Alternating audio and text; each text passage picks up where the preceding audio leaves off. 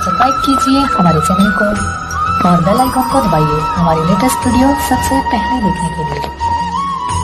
साधु जी कहते हैं, करे करावे साइया मन में लहर उठा, दादू सिरदर जीव के ये आप बगल हो जावे। करे करावे साइया कबीर परमेश्वर, और मन में लहर उठा, और दादू सिरदर जीव के आप बगल हो जा। जैसे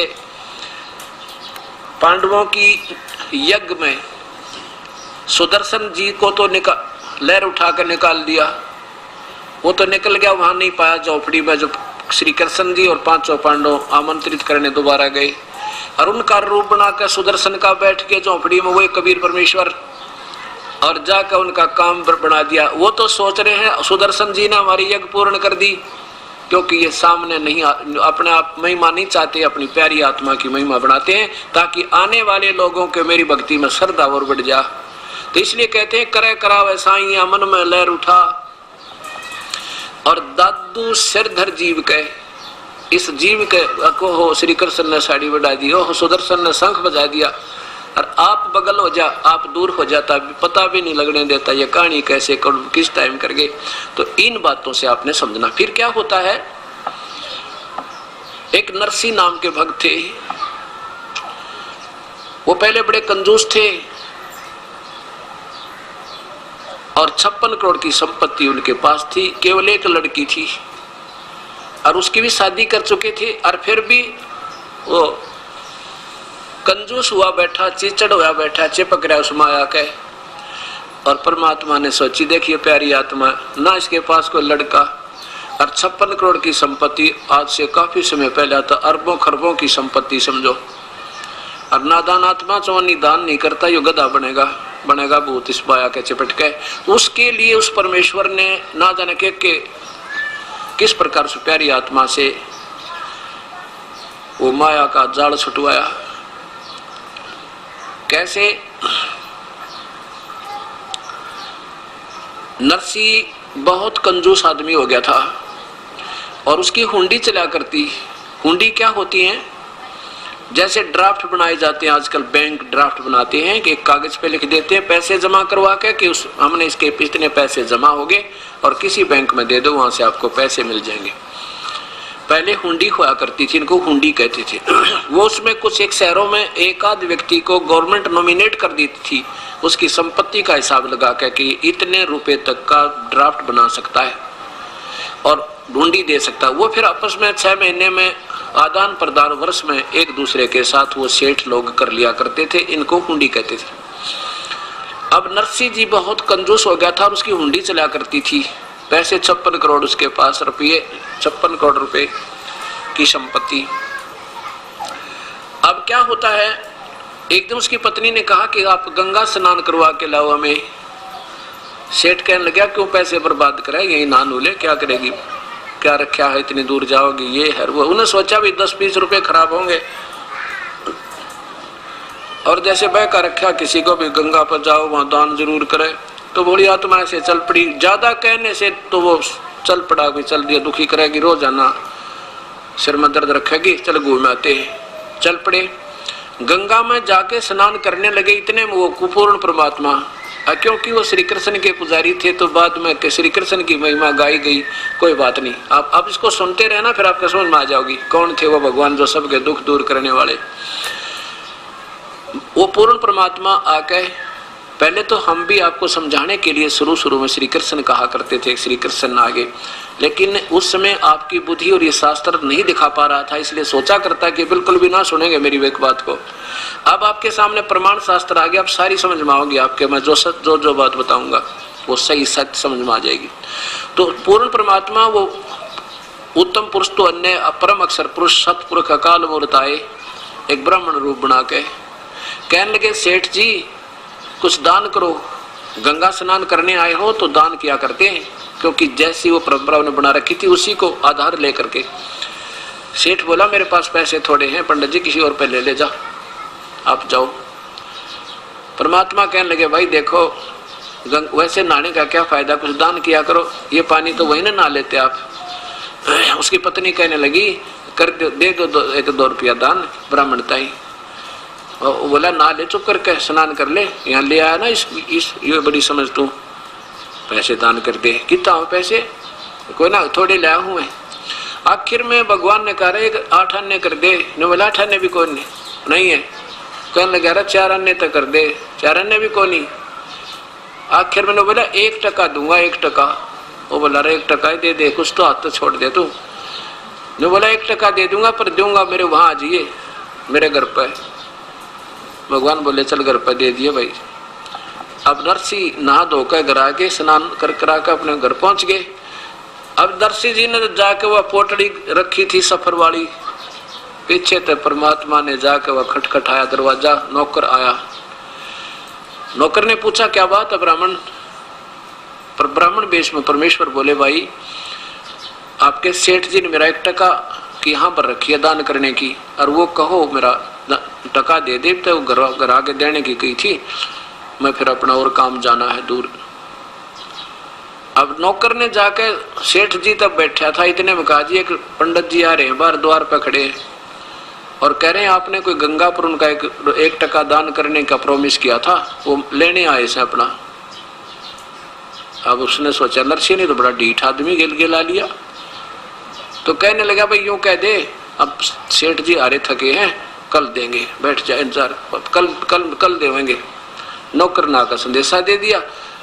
परमात्मा बोले भाई कोई बात ना, कल दे देंगे, विश्राम कर लेते हैं, बार बार के आ जाते लेके जाऊंगा। उसी के बाग था एक उस कोठी के बाहर, उसमें बाग के नीचे परमात्मा ब्राह्मण रूप में अल्लाह के बिछा के चादर लेट गए। सुबह उठते फिर खटखटा दिया दरवाजा। दरवाजा खटखटा भी कहो सेठ जी ने मेरे और टका दे दे। नौकर गया, सेठ जी वो ब्राह्मण खड़ा द्वार पे अपना दान दक्षिणा मांगे। सेठ ने सोचा बड़ा ढीठ आदमी, तो गया भी कोई नहीं। अब सेठ ने सोचा आज ही 1 टके की इज्जत लगा रहा है, कल न मनमाने 100 रुपये की लाकर बैठ जाए, तो इसको तो रास्ता पा गया फिर ये, और किसना भी काम कर दो इसका ना आगे फिर से दुखी करेगा। यो कहने लगा यूं कह दे। नौकर से कहा सेठ नरसी ने यूं कह दे भाई हमारे सेठ जी बीमार हो गए और ठीक हो जाओगे जब देंगे, सफर में आए थे बुखार बन गया। नौकर ने आकर कह दिया सेठ जी ब्राह्मण जी हमारे सेठ जी ना सफर से आए थे, उनको बुखार हो गया और कहते हैं ठीक हो जाएंगे ना फिर आपका टका दे देंगे। अब वो कहने लगे भगवान भाई कोई बात ना, इंतजार कर लेते हैं, 1-2 दिन में बुखार उतर जाएगा, अब बार बार तो आ नहीं जाता, पैसा लेकर जाऊंगा, वही अपना दिन में घूम फिरावे, शाम ने ऑर्डर आगे फिर लेट जाए। अब 1 दिन देखा, 2 दिन देखे, 3 दिन हो गए। जब सेठ जी ने पूछा कि वो गया कि यहीं पर है, वो कहने लगे जी वो तो यहीं बिस्तर लगाए बैठे हैं सामने अपने के बाग में, और कह रहे थे कि भी लेके जाऊंगा, बार बार तो आया नहीं जाता। सेठ नरसी इतने निकम्मेपन पा गया, कहने लगा नो कह दो वो तो मर गया सेठ थे बस। अब नौकर ने जाकर कह दिया ब्राह्मण हमारे सेठ जी का तो स्वर्गवास हो गया, और भाई बड़ी दुख दर्द बात हुई है, तो बीमार हो गए बेचारे, गंगा स्नान करके आए थे। भगवान बोले भाई कोई बात नहीं, तो मरना जीना तो लग रहा है, चलिए मृत्यु तो होगी पर तो अंतिम संस्कार करा के जाऊंगा, यूं तक जहाज।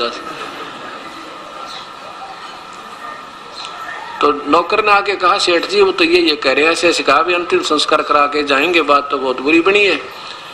चलो तो ऐसे तो क्या जाता है। सेठ जी बोला तो ढीठ आदमी है भाई, ऐसे करो तुम लकड़ियां ढोने शुरू कर दो, शायद उसका समझ में आ जाए वास्तव में मर गया, तो ना लकड़ी क्यों सेठ गांव का मर जा, शहर का तो दुनिया इकट्ठी हो जाए, सब ना बेरा हो। वो 4 आदमी लकड़ी ढोए उसके नौकर, और लकड़ी डोली जब ने बोला गया कि यहीं पर है जी, वो तो एक लकड़ी उठा रहा है साथ में और शमशान घाट की तरफ जाने लग रहा है। तो कहने लगा भाई मेरी तुमने करो एक अर्थी तैयार करो, जनाजा बना लो नकली। अब सेठ जी को लौटा लिया, उन 4 उठा लिया नौकरों ने और चिता के ऊपर रख दिया। चिता के ऊपर जब रख दिया तो परमात्मा डाल कर लकड़ी ने जो ले रहे थे कंधे पे, और कहने लगे निकम्मे सेठ जी तो भी वह पक्का उस्ताद निकला। अब देख 1 टके में जान देने को जा रहा है, भाई हमने माफ कर दिया तेरा दान, हम लेते नहीं। सेठ बोला पक्की बात है, कहाँ पक्की बात है, अगजात है, आप जा रहे हैं भाई। भगवान चल पड़े और सेठ ने वो सारी लकड़ी वापस ठुआई, चलो सारी ठा के ले चलो, उठाओ। और बची खुची जो थी ना छोटी मोटी बच जाकर उन आप धोती गए उसमें कपड़े में डाल के और सारियां की नो गठड़ी बांध दिया हुआ, वो भी वापस पहुंचा दी। अब अगले दिन उन्होंने सोचा चलो वो तो गया ब्राह्मण तय। नेक्स्ट डे अगले दिन आकाश तो दूर तक घूम फिर आऊंगा, तो 2-3 दिन जंगल पानी भी घर में जाना पड़ा। दूर तक घूमने निकल गया सैर सपाटा करने के लिए। उधर से परमात्मा आगे नरसिंह रूप बनाकर वो एक पूर्ण ब्रह्म, और नौकरों से बोले भाई एक काम करियो, कोई नकम्मी आत्मा है ना, कल कई दिन का तंग कर ब्राह्मण मुझे, आज वो मेरा रूप बना के ना आ जा, कभी उसको अंदर मत पड़ने देना। वो हो सके मेरा भी रूप बना के आ जाए, और तो इसकी चाल चली नहीं, और आ जा तो उसने कह दिया चला जा, ना मानो उसका 2 ठोक दियो। अब सेठ जी का रूप बना के परमात्मा अंदर प्रवेश कर गए। अब सेठ जी आया 2-8 घंटे पीछे खूब सैर सपट्टे करके। अब जो द्वार पर खड़ा था नौकर कहने लगा भाई वहीं खड़ा हो जाना, सेठ दे रुपये तो बहु रुपया है, हमारे सेठ जी को बहुत परेशान कर लिया तूने। आप देखा ना वो सच्ची कह रहे थे हमारे सेठ जी के मेरा रूप बना कर आएगा, तो वो एक काम कर दिया। और वो सेठ क्यों रुका, नौकर के कहने तो बिल्कुल सामने आ गया। तो वो नौकर कहते रहे तुझे सुना नहीं, लठ उठाया। तो वो कहता अरे फलाना मल दकड़ा मल क्या कर रहा है तू, मैं वो हूँ सेठ हूँ नरसी है, तू क्या बात कर रहा है मेरे तय। ने बोला हमारे भगवान हमारे सेठ तो अंदर पहुंच चुके हैं, और उन्होंने हमें कह दिया है कि वो आज मेरा रूप बनाकर आ जा, मनमाना कभी तो उसका 2 ठोक दियो, और हमारे सेठ तो अंदर है भाई, तू चला जा, ये आदेश गलत हो रहे हैं ना, तो हम तेरे देंगे मार, तो पिट जाएगा, चला जा यहाँ से। तो वो कहता है कैसे बात कर रहे हैं, मेरी तुम नकम्या, मैं तुम्हारा सेठ हूँ फलाना हूँ, और तुमने नौकरी तो निकाल दूंगा, नू लग गया करण। उसका ठाकर लठर वो लगा ना मारने, भाग लिया सेठ से। तो भाई सचमुच कोई बात गड़बड़ में है, जब इतनी समर्थ इतनी शक्ति से पेश आ रहे हैं तो जरूर उस 1.5 रुपये ने पहले आकर काबू कर लिया, बहु रुपया ने, और ये तो मेरी सारी संपत्ति हड़प करेगा। अब सेठ कहाँ पहुंचा, थाने में पहुंचा, थाने में तो फिर रिपोर्ट की, वो पहुंचा कहाँ, कोर्ट में। कोर्ट ने उसी दिन एकदम एक्शन ले लिया, वो उसकी बही जब्त कर ली, बही निकाल लाए भाई, कहीं बहियों में कोई फेर बदल ना कर दे, कोई पढ़ा ना ले, डुप्लीकेट नकली नरसी है। अगले दिन पेशी लगी, दोनों खड़े कर दिए कोर्ट में, भगवान भी और नरसी भी, और दोनों की शक्ल मिले। अब पहले कोर्ट ने उस असली की गवाही मांगी कि वे तू इस बही में बता दे क्या क्या लिखा है। उसने बता दिया कि मैंने एक लड़की का ब्याह किया था, उसमें इतने बातियां आए थे, इतने फलाने आए थे, इतना दान किया था, वो सारा रिकॉर्ड करा करते पहले ब्याह का। और एक मकान बना था, उसमें इतनी कड़ी आई थी, इतना सतीर आए थे, इतने जंगले झांकी थी, वो लिख रहा था। वो 2-4 बात बता के चुप हो गया जी, और तो मुझे ज्ञान नहीं। बोला भाई ठीक सा था। फिर नकली भगवान, नकली नरसी बुला जो भगवान था, वो कहने लगा भाई बता इसमें कोई बही में ऐसा लेख बता जिसे प्रमाणित कर सके तू असली है। तो भगवान बोला खोल, इसने कीते थे, कौन सा पृष्ठ खोल ले। उसने पृष्ठ खोल लिया, लागे परमात्मा पढ़ने, उल्टी सुल्टी सारी सुना दी। अब वो नकली था असली सिद्ध करना पड़ा कोर्ट ने, और असली को नकली सिद्ध करके कह दिया भाग जा तू यहाँ से, निकम में सेठ तंग कर दिया तने। अब सेठ नरसी बैठ गया जंगल में जाके, और न्यू कहे भगवान ये मेरा कौन से जन्म का दुश्मन था, इसने सारी ये संपत्ति हड़प कर ली मेरी, बताइए के बनी मेरी गेलियां। उधर से वो परमात्मा फिर आ जाते हैं, वो नरसी नकली बन के वही ब्राह्मण रूप बना के वहां खड़े हो गया, आके कहने लगे नरसी अब बता बेटा यह संपत्ति तेरी है या मेरी। नरसी बोला कि बेईमान थी तो मेरी, पर मेरी पार नहीं बसाती। भगवान बोला कि या तेरी पहले भी ना थी, नादान तेरा भूल लग रही थी, यह पहले भी मेरी ही थी और आज भी मेरी ही है। तू तो सूखा बन जा रहा था, तेरे पे खर्चे भी ना गए, 2 पैसे दान भी ना दिए गए, गधा बनेगा निकम्मे। तो सरप की जो नीम जागा इस माया ने जोड़े जोड़ के, और एक शर्त पर तुझे दे सकता हूं, अगर यदि तो इसने सारी न बांट दे, धर्म भंडारे में लगा दे, तो नहीं दुनिया का खून चूस चूस के ये ब्याज बट्टा ले लेके और ये जहर इकट्ठा कर लिया, तेरे कीड़े पड़ के मरेगा तो देख ऐसी दुर्गति हो जाएगी तेरी, और कुत्ता बनेगा तेरे खाज लगेगी दुनिया का, यूं तो नरक डाल कर दिया इकट्ठा। तेरे पास रहना नहीं निकम्मे, ना तेरे संतान लड़की थी उसकी शादी कर दी, बता तू करेगा क्या इसका। तब उसका सारी बात समझ में आ गई। परमात्मा जैसे आप कहोगे गुरुजी ऐसे कर लूंगा। अब परमात्मा उसके गुरु बने और उसको नाम दिया उस परम पिता ने और कहा बेटा भंडारा कर दे इसका, नहीं तो संपत्ति तेरा जान की दुश्मन हो जाएगी, तेरा मरिया जाएगा ना जिया जाएगा। उसी दिन से भंडारे ला दिए और सब कति पाई पाई खर्च करके झोपड़ी गाल के बैठ गया बाहर जंगल में ईश्वर आसरा लेके। अब आया लड़की का ब्याह, ज्योति का ब्याह हो गया, लड़की की शादी। लड़का कोई था नहीं इसका। अब उस समय बात कौन जावा गरीब आदमी के साथ। 16 अंधे आ करते आसपास के, वो समझा करते नरसिंह मत नारी है, भगवान ने जब इतना खेल कराया ना तेरे साथ तो दूर नहीं तेरे तय। कहने का भाव ये है कि कैसे किसी की गाड़ी मांगी, किसी के बैल मांग के उसको लचर पचर करती हुआ गाड़ी चल पड़ी और भाती उसमें कौन, वो 16 अंधे और साथ में नरसी। अब वह गाड़ी ना चले वहाँ उसकी कील निकल जाए कि तब वो बैल बैठ जाए, कोई खड़ा हो जाए, ना चलाना आवे, ड्राइविंग भी ना करनी आवे। इतने में परमात्मा ने एक बार याद किया था उस नरसी ने, ए परम पिता हम तो नीच आत्मा थे और ए मालिक आज यह आपत्ति आ गई, मुझे तो बैलगाड़ी भी ना चलानी आती और ये पहुंचे भी ना मन माने वहां तक, और पहुंच जाएंगे तो हमारे पास चोन नहीं देने को नहीं, पर पहुंचेंगे जरूर आपके कृपा से पहुंचना जरूर चाहते हैं। लड़की प्रसन्न तो हो जाएगी, उसको पता है मेरे पिता के पास कुछ नहीं, पर देख कर राजी हो लेगी, पिता को प्रसन्न होगी।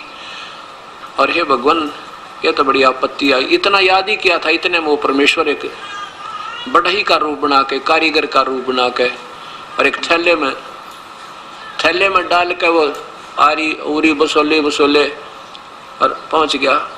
हाथ देकर कहने लगा रोकिए भाई गाड़ी वाले रोकिए।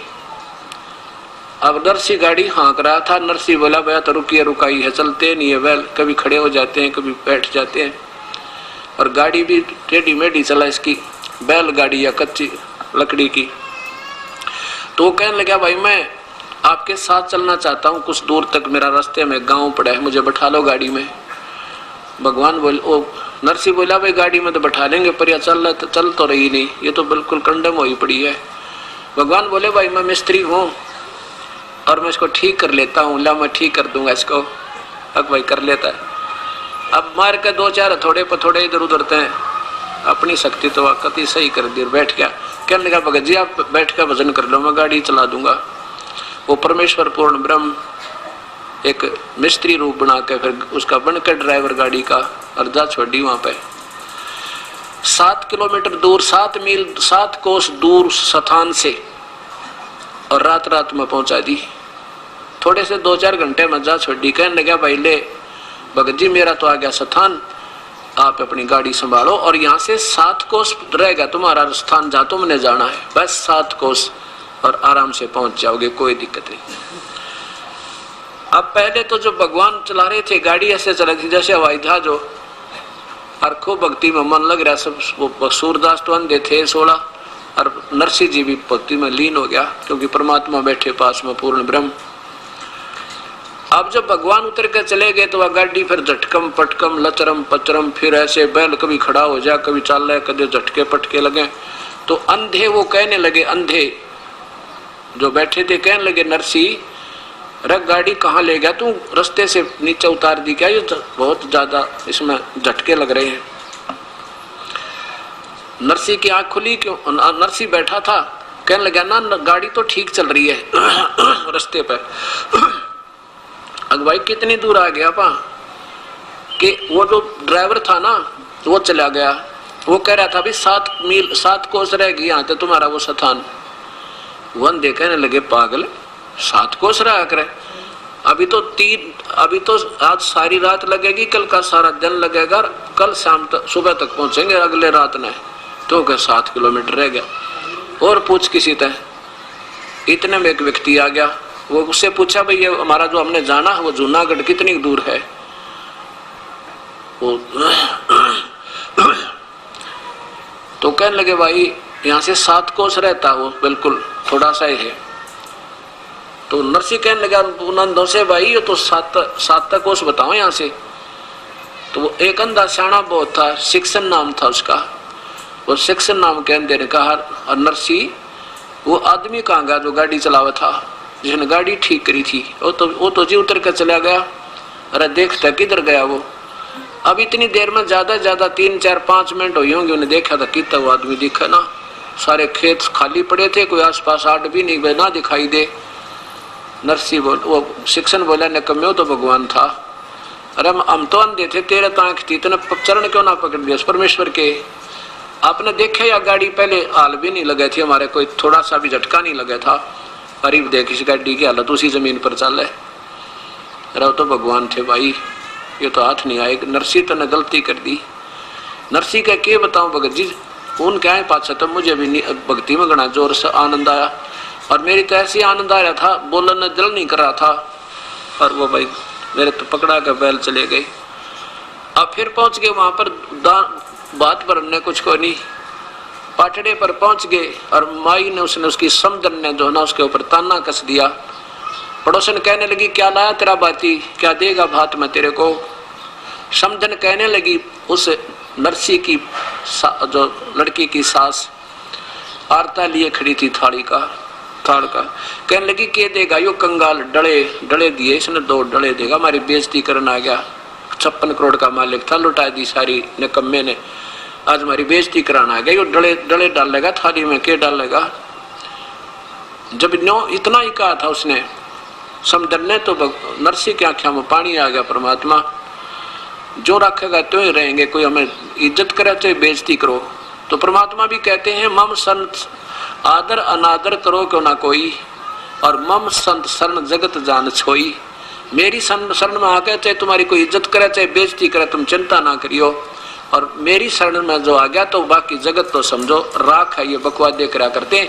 पर आने दो मेरा समय, कहते हैं कल पे कारण कौन है कर सेवा निकाम, और मन इच्छा फल देऊंगा जो पड़े मेरे तय काम। अब यहाँ उस परमेश्वर का काम आ गया था। इतने में आकाश से कहते हैं सोने और चांदी के 2 डले आए और समदन की थाली में पड़ गए, वो यावासी होगी। और इतने में कहते हैं ऊपर से वर्ष नोटों की बारिश होने लगी। नोटों चांदी के सिक्के थे पहले, ऐसे वर्षा होने लगी।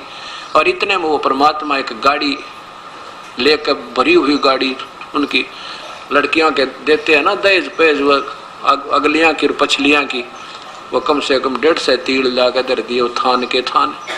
और वहाँ गाड़ी छोड़ दी कि ले उतार ले बेखारी न तुम अपने हमारे भगत के बारे में ऐसे नहीं कह देगी। और इतना कह के समेत गाड़ी और बैल छोड़ के वो अंतर ध्यान हो गए, परम पिता दिखाई नहीं दिए। बोलो सतगुरुदेव की जय। अब नरसी पुजारी श्री कृष्ण का था, वो न सोचा श्री कृष्ण कर रहे हैं, कहते करे कराव ऐसा ये मन में लहर उठा। और दादू शरदर जीव का वो आप बगल हो जा, ये बड़ाई नहीं की करवा देता श्री कृष्ण राम आदि की, और करता स्वयं। फिर क्या होता है कि एक दिन नरसी जब बैठा था अपनी कुटिया में, झोपड़ी में, 4 साधु संत द्वारका जाने के लिए भगवान के उस द्वारका को देखने की इच्छा करके आगे। और पहले नरसी के वो ड्राफ्ट चला करते थे, हुंडी चला करती थी। अब वो पहले भी 1-2 बार हुंडी बनवा कर गए थे। अब गांव में जाकर नगर में पता किया भी नरसी जी कहाँ हैं। वो गांव वालों ने बताया कि वो तो भाई बाहर बैठे हैं। क्या काम है कि एक हुंडी बनवानी थी। गांव वालों ने मजाक कर दिया, कहने लगा भाई वो नरसी एक बकवाद करता है, अब वो जल्दी सी हुंडी नहीं बनाता, उसको वो कहेगा मैं कंगाल हो गया हूँ, मजाक करता आजकल वो। और ज्यादा जोर दोगे ना जो बनाओगा ना तो बनाता नहीं। कहाँ है कि वो बाहर झोपड़ी में बैठा है, वहां चला गया। चारों के चारों वो भक्त आत्मा जो तीर्थ यात्रा पर आए हुए थे, उन्हें सोचिए 500 रुपये हमारे पास है, रास्ते में कोई छीन ना लेवे, हुंडी बनवा ले, चलते हैं द्वारका में, किसी सेठ से ले लेंगे। अब नरसी के पास गए, नरसी से वो 500 रुपये रख दिए और कहा सेठ जी हमारी हुंडी बना दे। नरसी कहने लगा महात्मा जी मैं अब सेठ नहीं रहा, मेरी हुंडी चलती नहीं, वो कैंसिल होगी गवर्नमेंट की तरफ से, मेरे पास पैसा नहीं है अब। तो चारों महात्मा कहने लगे भाई बिल्कुल ठीक कहते, गांव वाले तो बकवाद करने लग गए हैं, तेने शर्म नहीं आती महात्माओं के साथ ऐसा व्यवहार करता है, तुझे पाप लगेगा, हम पैसे दे रहे हैं, कोई मुफ्त हो रहे बना रहे तेरे से। अब नरसी ने सोचा भी ये मानना नहीं, और संत से ना जाने इनकी आत्मा दुखी होगी, बताए क्या करूं। गांव वाले ने दिन के साथ उनको बहका दिया, मजाक कर दिया। उसी समय साक्षी रख के अपने परमेश्वर को, क्योंकि वो श्री कृष्ण के पुजारी थे। सांवल साहा, सांवला सेठ, सांवल यानी सांवरिया, भगवान श्री कृष्ण के नाम सांवल सा लिख के कि भगवान श्री कृष्ण के नाम में अपने एक हुंडी लिखता हूँ, ये दास की हुंडी स्वीकार हो, इनको भुगतान किया जावे, आपकी अमानत मेरे पास है। 500 रुपये ले लिए और वो कागज बना के दे दिया, अब ले जाओ सेठ महात्मा जी। वो चल पड़े।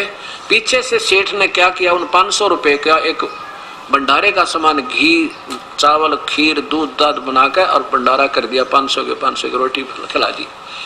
अब 500 रुपये बहुत होते थे, 50,000 के करीब हो जाए आजकल के, पूरा भंडारा कर दिया। अब वो चारों महात्मा पहुंच गए कहाँ, द्वारका में। वहां जाकर पूछा भाई कोई सावल नाम का सेठ है। वो सेठ जिसकी हुंडी चला करती उसके पास गए, वे एक सेठ हुंडी उसकी चलती है, उससे पूछ लो। उसने देखा, कहने लगे ये तो नरसी की बनाई हुंडी है क्या, ये नहीं चलती इसकी, अब ये तो कंगाल हो गया, दुनिया को ठगने लग गया, अब झूठी हुंडी बना के, ये तो दिवाला निकल गया इसका। तो सारी द्वारका में पूछ लिया, सांवल नाम का कोई सेठ हो, कोई नहीं पाया। और सब मजाक करने को, नरसी तो ठगन लग गया दुनिया को, अब उसकी हुंडी नहीं चलती, उसका ड्राफ्ट नहीं चलता। अब चारों महात्मा जाके एकांत में बैठ के नगर तबार भाई के ने बता, वो तो मना करे था बेचारा, हमने सिर में दर्द कर दिया, उसके गले पीछे पड़ गए, किसी के कहने सुनता है। उनको ये भी विश्वास था कि वो नेक आत्मा है, हमारे पैसे जो के तो पाऊंगे, पर ये तो हम दिक्कत होगी यहाँ पे। इतना सोच ही रहे थे कि उधर नरसिंह जी की दिव्य दृष्टि काम करने लगी परम पिता की दया से। उसने देखा कि परमात्मा ने आके उनको महाराज संतों को पैसे दिए क्या नहीं दिए, देखा तो उनको पैसे नहीं मिले और मायूस हुए बैठे। अपनी पत्नी से कहा नरसिंह जी ने कि तूने जो सामान लाए थे हम 500 रुपए का, वो सारा वितरित हो गया या कुछ बकाया है। लगी जी थोड़ा सा आटा बचा है, ऐसा होगा तो 2-4 रोटियां बन जा। और वो कौन सा बचा, वो पलोथन का। पलोथन क्या होता था, पहले रोटी बनाने के लिए एक बनाते थे गोल गोल सी लोई, और उसको सूखे आटे में लगा कर रोटी बनाती थे। अब काफी भंडारा हुआ था, उसमें थोड़ा सा आटा बच गया, जिसमें 4 रोटियां बन गया। वो कहने लगे जी वो पलोथन यानी थोड़ा सा आटा बचा है 4 रोटियों के का, और तो सारा भंडारा लगा दिया। तो उसने कहा नरसिंह ने 4 रोटी बना, यह तो आट लाग रही थी अभी तक, इसलिए भगवान प्रकट नहीं हो पा रहे थे। 4 रोटियां का आटे की रोटी बनाकर वही परमात्मा वहां एक रास्ते चलते का रूप बनाकर आके कहा भगवाई राह चलता हूं, मुझे भूख लगी है। होए होए, वो परमेश्वर स्वयं आके और उसी समय कहा जा भाई भगत जी बैठो, हो बड़े ले रोटी ताजी ताजी बना रखी है। 4 रोटी खाकर परमात्मा वहां प्रकट हो गए और जाके कहा कि आ जाओ भाई, कैसे बैठे हो महात्मा? आके बैठे हैं भाई सेठ जी, हम तक इतना जोगे नहीं रहे। ऐसे ऐसे नरसी की हुंडियां चलती नहीं, हमारी उन्होंने हुंडी बना दी, पर उसका दोष नहीं बेचारे का, हमने ज्यादती कर दी उसका। और या कोई सेठ नहीं सांवल नाम का। तो परमात्मा कहने लगे भाई किसने कहा तुम्हारे को वो सेठ नहीं सांवल? मैं सेठ हूँ सावल, आ जात मेरी दुकान पर, चल तुम्हें दूंगा वो 500 रुपये रहे या हुंडी, बिल्कुल सही चला इसकी दवाई, कौन मना करा था। लेकर वो कागज और उस बाजार में चौपट, उस बाजार में द्वारका के में जो चारों तरफ बनिया की दुकान थी, कहने लगे बिछाओ चादर यहाँ पे। उस चौराहे पर चादर बिछवा के ऐसे पटके, एक चांदी के खुड़के दूर थे 2, 3, 4 सुना का उन सब ने, और सबका ध्यान अट्रैक्ट हुआ है, ये क्या होने लग रहा है। 500 रुपए नए कते जैसे आज बनकर आए हो, 500 नोट चांदी के पटक दिए और कह दिया भाई मैं सांवल सेठ हूँ, और कह देना उस नरसी को उसका दास हाजिर खड़ा पाओगा, चाहे लाख हुंडी दे दे। बोलो सतगुरुदेव। तो ऐसे परमात्मा, वो पूर्ण परमात्मा आकर ही सब काम करता। ठीक है, चाहे हम श्री कृष्ण पर सेरा बांधे, चाहे श्री राम पर बांधे, ये गीता और वेद प्रमाण देते हैं वो परम पिता पूर्ण ब्रह्म है, जो सबके काम सारने वाला और सारे दुखों का निवारण करने वाला। बोलो सतगुरुदेव की जय।